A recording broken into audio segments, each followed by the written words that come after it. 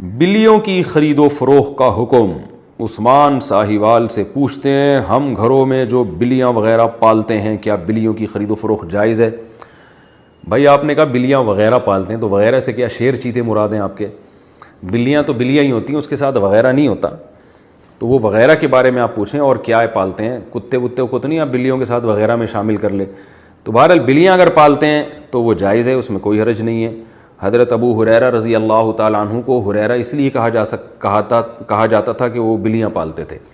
ہرہ عربی میں بلی کو کہتے ہیں، ہریرہ بلی کا بچہ یا چھوٹی بلی یا پیاری سی بلی کو کہتے ہیں۔ تو عربی میں ابو جو ہے نا والے کو بھی کہتے ہیں، ابو ہریرہ بلیوں والے۔ تو وہ بعض کتابوں میں ملتا ہے کہ ان کی آستینیں اتنی بڑی ہوتی تھیں کہ وہ بلی کا بچہ اس میں گھس جایا کرتا تھا۔ تو حضرت ابو ہریرہ کے بارے میں یہ کہا جاتا ہے کہ وہ بلیاں پالا کرتے تھے، اور نبی صلی اللہ علیہ وسلم سے کوئی اس کی ممانعت بھی نہیں ہے۔